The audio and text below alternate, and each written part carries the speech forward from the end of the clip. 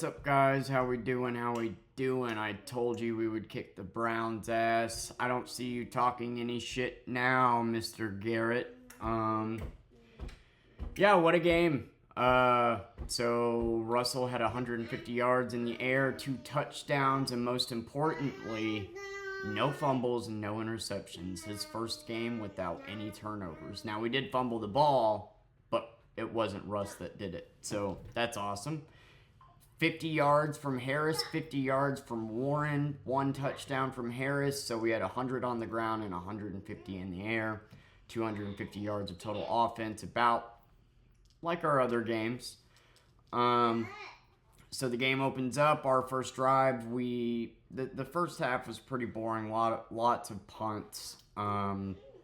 But we were the first ones to strike with Boswell, 3 to Neal, and then the Browns scored a touchdown, making it 7-3. And then we scored a touchdown on them, making it 10 to 7. And then got another field goal, making it 13 to 7. And then right before the half, they missed a field goal. And then they got it to open the half, had an amazing punt return, got it down to our 35, and then their kicker missed again. And then in the third quarter, we got 2 touchdowns, making it 27 to 7. After our first touchdown that quarter, it was 19 to 7. This is just a little nitpick, but I think we should have went for 2. Because if we go for 2, then we're in the lead by 14, which obviously means if the Browns score 2 touchdowns, now we're tied. If we don't get the 2-point conversion, then we are in the lead by 12, so 2 touchdowns takes the lead by 2.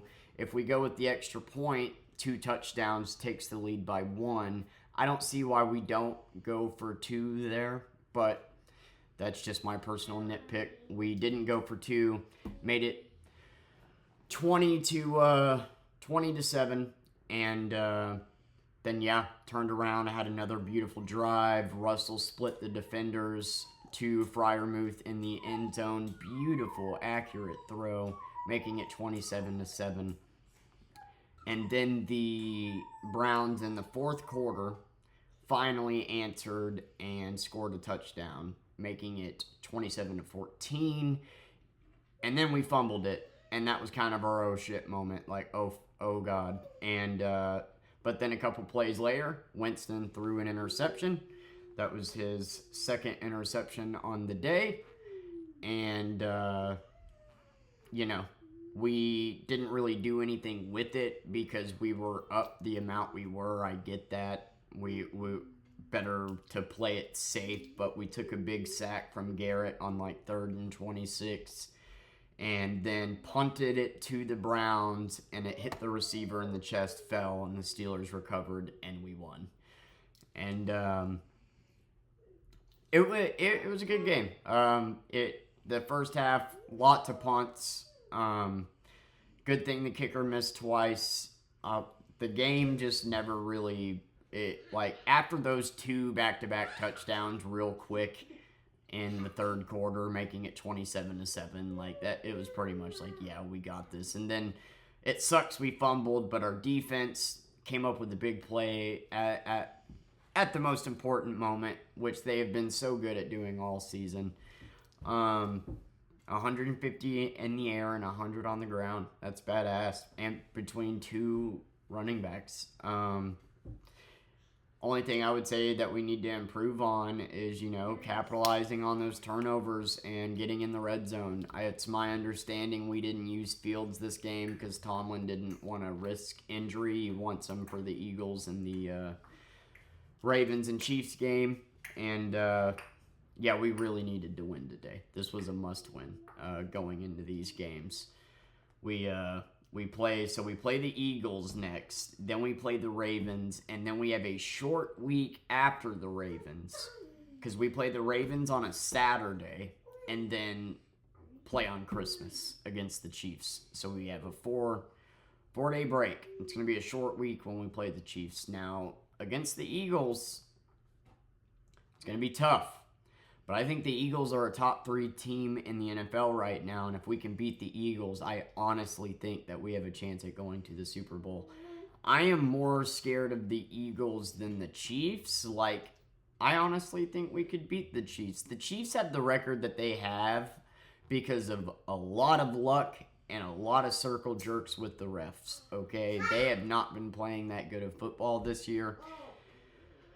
And I think we're slowly improving while the Chiefs are kind of you know, and the Eagles just barely beat the Panthers. Barely, like by 6 or 7 points. So if the Panthers can put up that good of a fight, I know we're going to do well against Barkley, and we're going to force the Eagles to throw it a bunch. And that's where I'm worried is we do allow a lot of completions, and so we got to get better at not letting the quarterback complete their damn passes and man-to-man coverage. And other than that, though, I don't really know what to say. Like, Russ, sure, he didn't have the most amazing yardage-wise, but 2 really good touchdowns when we needed them. Like, great. He actually had a couple rushing first downs today. That first down he got at 1st and goal, allowing Harris to punch it in, was good. And that pass splitting the defenders to Freiermuth couldn't have been such a smaller window, and just nailed it. Like, so another, like, hats off to you, Russ, because he made some good passes today. And the defense came up big when we needed them to. And yeah, another good day to be a Pittsburgh fan, man. And I don't even think I'm going to be able to watch the Eagles game next week. I don't have the ticket, and I don't think it's going to be on Paramount. So that's a bummer. But anyway, that's what I think. I know we're going to do a good job at stopping Barkley. Can we slow their offense down enough that we keep up and capitalize on those turnovers? Because look at how many games in a row that we have had 2 or more forced turnovers, dude. It's awesome. And Russell not turning it over today was huge. Yeah, I figured we would kick their ass. They got so lucky the first game. Did you guys see the Lions and Packers game the other day? That game was amazing. I hope you did. That game was awesome. Dan Campbell. First of all, I don't want to be a pessimist, but if Pittsburgh happens to go to the Super Bowl, which it'll take a miracle to beat the Bills, but if we do, we're not beating the Lions. I think the Lions are winning the Super Bowl this year. And Dan Campbell, if you watched the Packers and Lions game, it at the end, they were tied, and it was 4th and 1, and 48 seconds on the clock. Packers have no timeouts. Anybody would have just kicked the field goal and gave it to the Packers with 48 seconds to try to get a field goal and go to overtime. And Dan the man went for it to put the game away and get a field goal. And it was such a ballsy call. I mean, because if you don't get that and turn it over, well, now you're giving it to them to possibly get a field goal and win. So it was such a gutsy call, and you love to see it. You don't see gutsy calls like that anymore. Like, worst case scenario, you kick the field goal, the Packers have to try to get a field goal with 48 seconds and no timeouts, and they tie it, and you go to overtime. And if you don't, then get this first down, then they get to do it and possibly get a field goal and win. And he went for it anyway because he wanted to just say, nope, no overtime, fuck you, we're winning this game. And I love that attitude, man. And it was a very fun game to watch. The Lions, they're winning the Super Bowl. Even if Pittsburgh went up against them, I don't see the defense.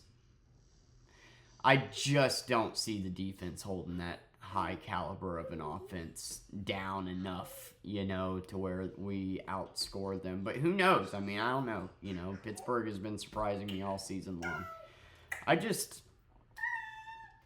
I'm worried about the long term. Say we do go to the Super Bowl and we win a ring, right? Like, I'm scared because as good as Russell is looking, he is getting old. And he does only have so many years left. And once we're done with Russ, we're going to be back to, quarterback purgatory unless Fields is doing better. And I'm scared of that.